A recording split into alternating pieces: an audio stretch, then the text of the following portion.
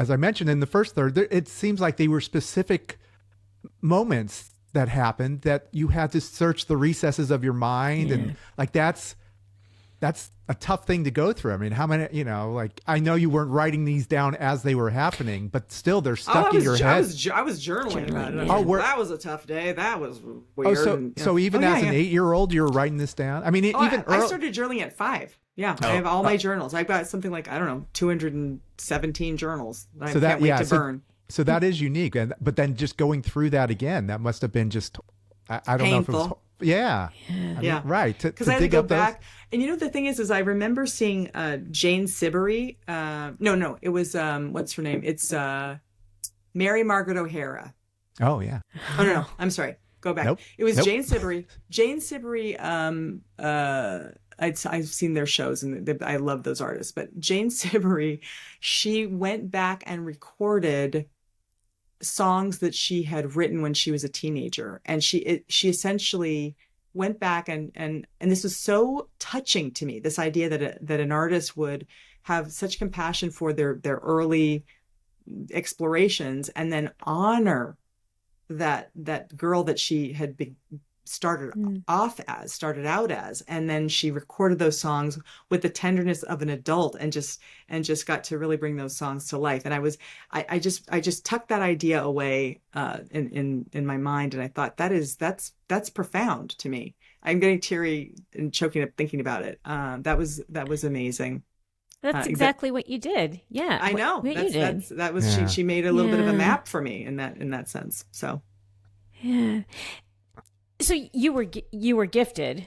You were gifted, but as a gift you received every year a journal. Mm-hmm. Yep. Do you think the intent? I mean, obviously, no forethought. Gail doesn't necessarily think you're going to, write a memoir based on these journals. But what do you think their intent was? Just to be creative, for you to be creative? I think maybe in the beginning it was to accompany a Pentel pen set or some crayons, but later journals were not considered good gifts. That was like, oh, I really wanted a baby alive, but I got a journal. You know what I mean? So or I really wanted a Madame Alexander doll, and all I got was this journal. And you know what I mean? So, but I still made good use of them. But so early on, they were amazing. And then then you get to your own. You move out, and you're like, oh, I'm back to journals are sacred again. And so then you're looking for, I was anyway, Italian paper and just getting into all the. I mean, I'm still a paper and pen fanatic. I love them so much. Yeah, I love it.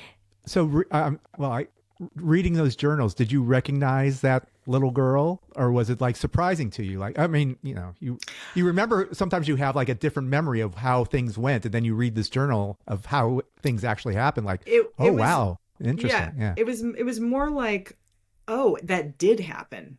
I didn't just invent that. And in some cases it was like, oh my God, you are so lost, and I see how you got there. You know what I mean? So it was like that. And in fact, when I turned the memoir into the publisher, I left out all of the Valley Girl stuff by accident. It was completely in my blind spot. That whole time was just not included. And they're like, maybe you want to talk about the thing you're most known for. And I was like, okay, I'll take a look at that. So going back to that time, I just didn't.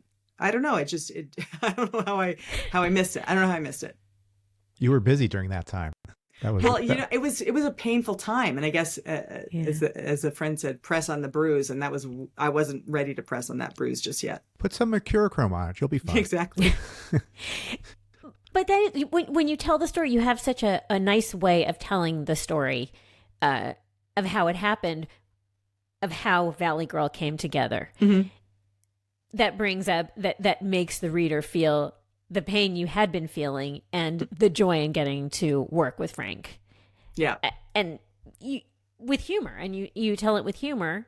And I think some people will see the pain, a lot of the pain, and some people will see a lot of the good fortune, more than good fortune. But yeah, I mean. Yeah, I mean, again, my hope was and is that people will see themselves in the life stages that we we all have the opportunity to kind of go through. It just so happens that the cast of characters are, in my weird case, were musicians they might know, or actors, or personalities that are that's where I played those situations out, and so. But I do think that that ultimately it's just about a girl with a successful patriarchal dad, and trying to find my identity in that situation, when this is the person that was the most inspirational person, most formative inspiration. Yeah, I watched the when you were on Letterman with your dad, and it's hard to believe you were just 14, but I feel like you were performing more for your dad than for Letterman. Like I'm with Probably, my dad. Yeah. Like, Yeah. okay, this is nice. It's just kind of, it was good to see the two of you together and just interacting, but just to hold it together as a 14-year-old, no 14-year-old should be that composed, but you held it together. You were like really amazing. And all the comments on YouTube were like, I can't believe she's 14 and she's so amazing in this interview in front of Letterman, who's just very imposing. Yeah. Right. But in my head, I'm like, I have geometry homework, and I hope I can hope my outfit is acceptable to my friends back home. Do you know what I mean? It's just so it is fun to see how it presents itself, and because you never know the experiences of the person standing next to you, if they're on their way up or down, or what they're going through. And that's I think that's another hope of mine with the memoir, is that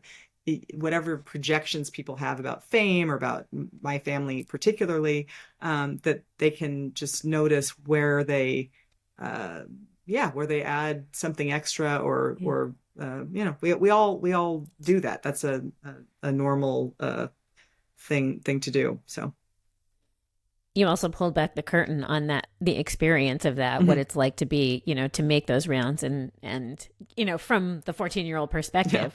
Yeah, right.